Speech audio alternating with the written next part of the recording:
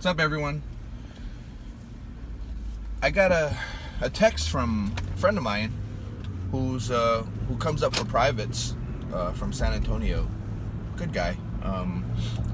He's been training for a while now. He's either a purple or a brown belt.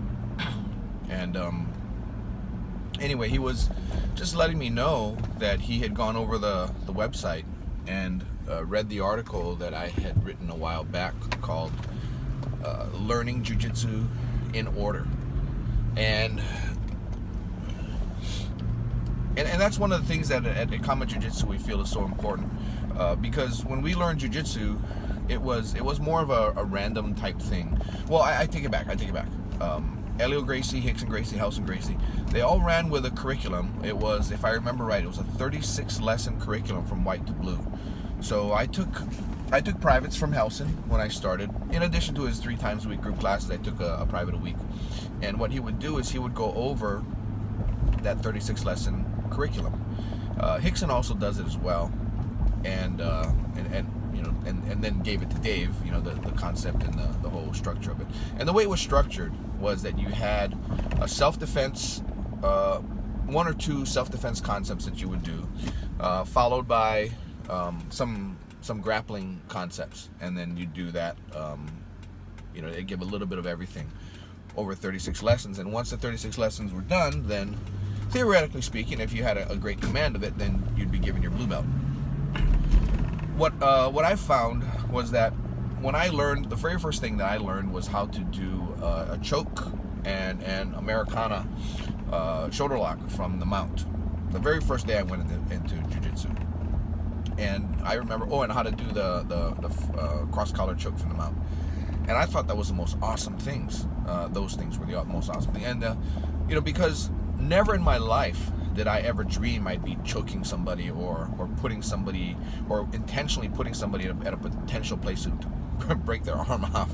I was as a kid, I thought that was pretty cool. But what I've realized was that I didn't get to use those particular moves for months, because I could never get to being able to mount on somebody, because I just wasn't good enough. I would train with them, and they would always be mounted on me.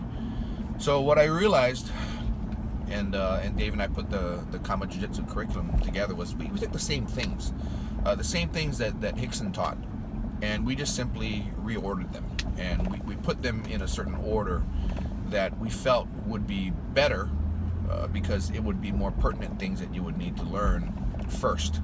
Not that anything is not pertinent. Everything is pertinent, but there are certain things that you need to learn first. So, as an example, when you're in school and you're learning how to read, they don't go and drop a novel right on your desk and say, "Hey, read this." No, you start off by learning letters, and then words, and then phrases, sentences, paragraphs. You read some short stories, and then you get to books, and then you get to more complicated books, and then you get to novels, and that's really how the whole impetus of the Kama Jiu-Jitsu curriculum and our whole teaching methodology was created.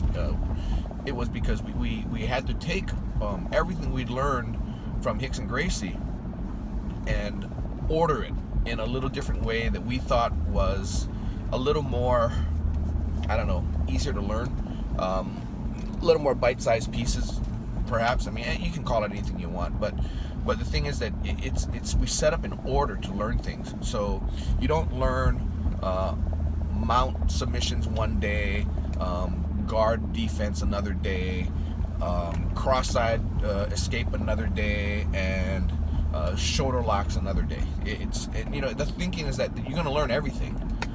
But with us, it's a little different. We take those same things and we just put them in a specific order. And then once we teach you in that way, then it's more of a step-by-step thing. Because our opinion is that there is an order to what you need to do in jiu-jitsu. And that, I remember reading a piece that I think it was Roy Harris had written once. He's I can't remember, I think it was Roy Harris, and he'd written how he flow charted everything, and the image that I have of him is that of his things is that you start at point one, where if you imagine a trunk of a tree, and then from there you crawl up the trunk, and what happens is you have the branches, and you then go off. So you know, you're heading toward submitting your opponent, I guess, and what happens is you come to a crossroads, at which point your opponent will either do one thing, which takes you off of one branch, or another thing, which takes you off to another branch. And then once you're traveling on that branch, I mean, let's say you're passing his guard, then your opponent can do X, Y, or Z, and then that's where you have your choices, and he flow charts in that way. It's for some people that's a good way to learn, because they're of the engineering type mind. I had an instructor once who basically was like a walking encyclopedia. You could throw anything at him, and he would be able to tell you how to do it and why it was important, all that kind of good stuff.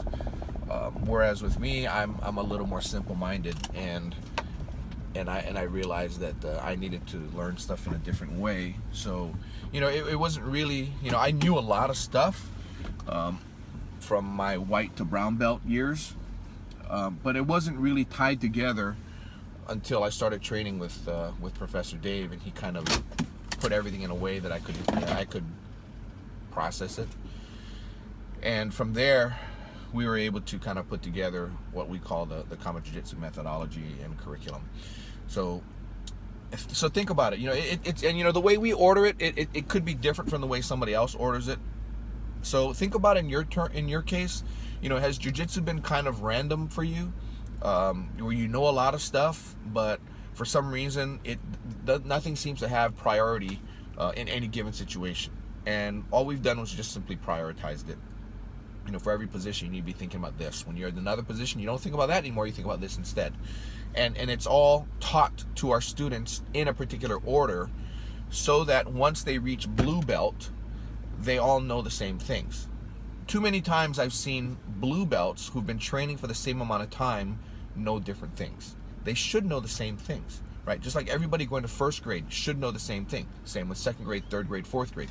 Somebody who's going into second grade shouldn't be learning stuff that's going on in 7th or 8th grade, right? At the same time, somebody who's in 7th and 8th grade should already have a command of what they learned in 1st and 2nd grade. So that's really it. And if you have any opinions on it, I'd love to hear them. In the meantime, have a great time training. We'll see you soon. Bye.